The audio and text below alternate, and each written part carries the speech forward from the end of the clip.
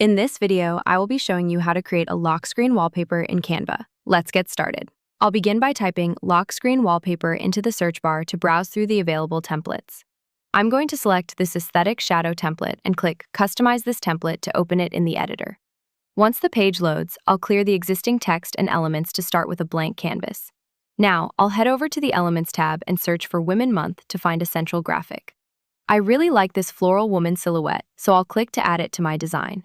To make the background pop, I'm going to apply a vibrant pink and yellow gradient from the color panel. I'll then resize the silhouette and center it on the page. Next, I'll search for a women's empowerment quote to add some inspiration. I'm choosing this, though she be but little, she is fierce graphic, and placing it right below the silhouette, changing its color to a matching dark pink.